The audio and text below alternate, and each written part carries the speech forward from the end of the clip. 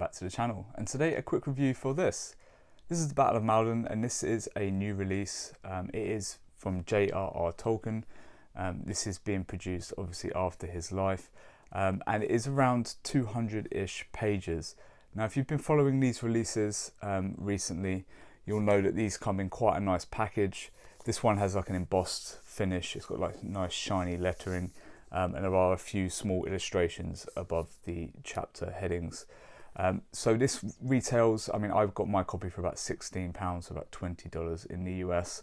And I think these are fairly good value for money because they are very well made, they are quite sturdy, and they look quite pretty on the shelf. Now, the amount of value you're going to get will vary. I wouldn't say it is quite the package that the previous, say, The Fall of Numenor was, where you had more pages, you had the Alan Lee illustrations, which were so beautiful inside there. So some of the bells and whistles not quite here with this one, and you may not get quite as much out of it because there is quite defined sections to this book. Now the 200 plus pages are broken up into 3 really distinct sections. You've got the homecoming of Beorhthnoth, and his story is being told of his body being brought back to the abbey for his funeral rites, and that is where the poem The Battle of Maldon is supposed to have been put together, or to have been thought up on that journey back. And the story of the 2 men that collect his body is in itself half of, if not more, of the package here. And that is called The Homecoming.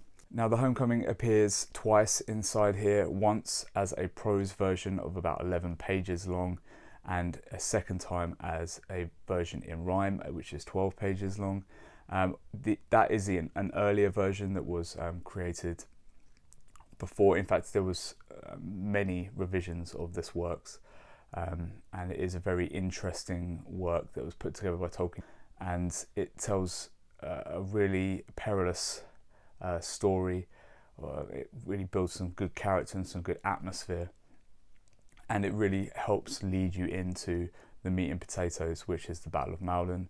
Now that is an 11-page prose retelling of the battle in Essex that took place between the Anglo-Saxon natives and the Danish Viking invaders, and it is one of heroics, of loyalty, of kind of big characters, and they lay down their lives in sequence in a very similar way to the Iliad by Homer. And if you're a fan of that, you'll find some stuff to like here for sure.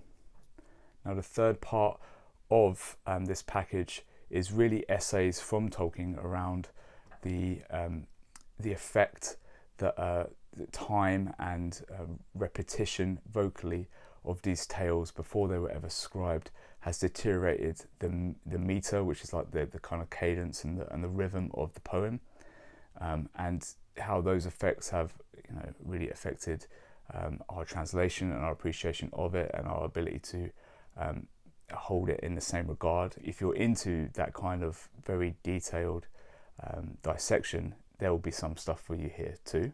Now the final appendices in this is a dozen pages. In fact, I think it's 14 pages, which are very important to people like myself, and that really is an appendices that looks at the effect that these works have had on the legendarium of the greater Lord of the Rings universe, and it really gives you parallels between things that have happened in the past in history and through poetical works like Beowulf and like the Battle of Maldon that have affected how the characters behave, the things they say, what has inspired some of the themes in Lord of the Rings and The Hobbit.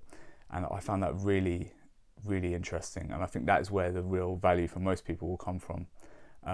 But in all, you're looking at probably less than 100 pages that some people will consider good value for money, and the other 100 will be a lot of kind of like a very high scholarly literature works that will be better placed in a classroom.